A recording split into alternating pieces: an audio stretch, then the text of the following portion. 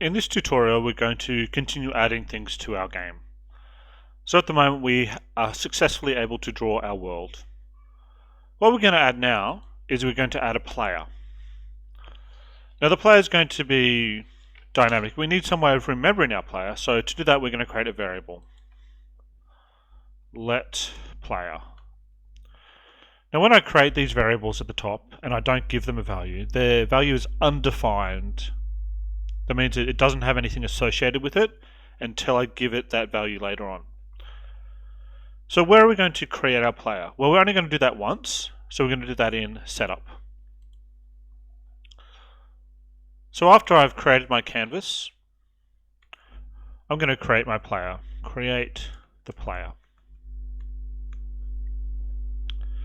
So the way I do that is I go player equals create sprite, and then I need to give it a position. So I'm going to give it a position 100, 100 to start with.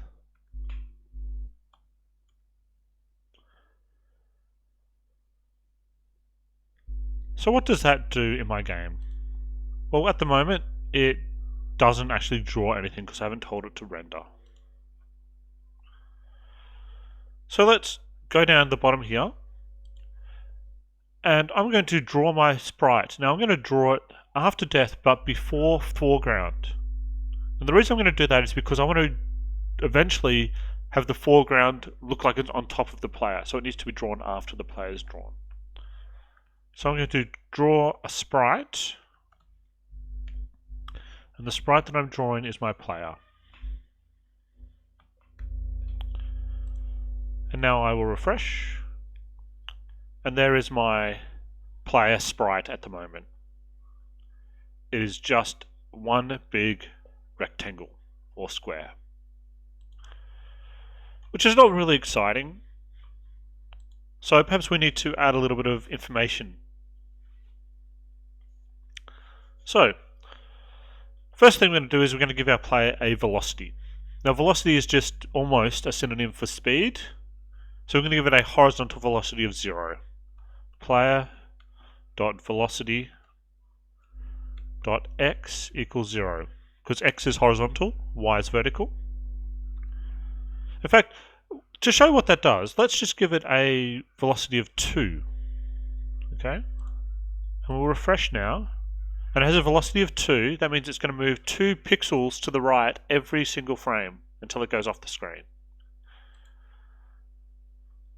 So that's why I'm going to set it to 0 initially, so it doesn't disappear. Now I'm going to also need to give it a collider. Now what's a collider? A collider is basically like an invisible shape around it that I can use to later on detect if it's touching other things.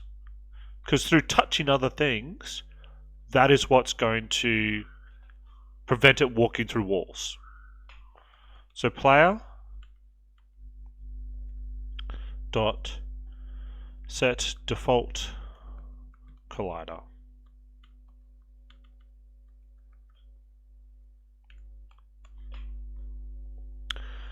Now I'm going to add something else which will be useful later on. Player.alive equals true, because we want to know later on if our player is alive or not. Now the next thing we want to do is we want to add some animations to our player. Okay, so let's add an animation.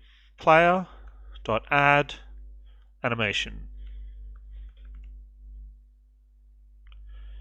Now when we're going to add an animation, it takes 2 values. The first one is the name of the animation. So this is going to be stand, so when they're standing still. And what comes after that is a list of the file names that will be needed to show each frame of that animation. So if they're standing, the file we're going to use is going to be anims, and it's going to be tile11.png. So what does that look like? Well, when I go to anims, if I find tile 11 and click on that, that's what it's going to be like. Okay. So I go back to my game now and I refresh. And there it is. There is my player. And because by default it only has one animation or one image associated with it, that's what it's going to show. Now we're going to add a second animation as well.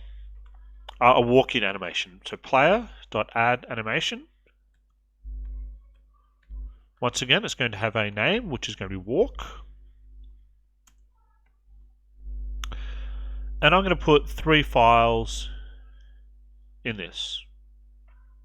It's going to be anims.tile 11 again. And then anims/tile 8. And then anims/tile 5.png. Now I'm just going to comment out this previous line where I added the stand animation and just add the walk one so we can see what that looks like. So I'll refresh, and now it has my player walking. And now I'll just add back my standing animation and refresh. And by default it will choose the first animation that it has associated with it. And that is how we draw our player on the screen. In our next tutorial, we're going to start adding some dynamism to our player. We're going to be able to move it around by ourselves.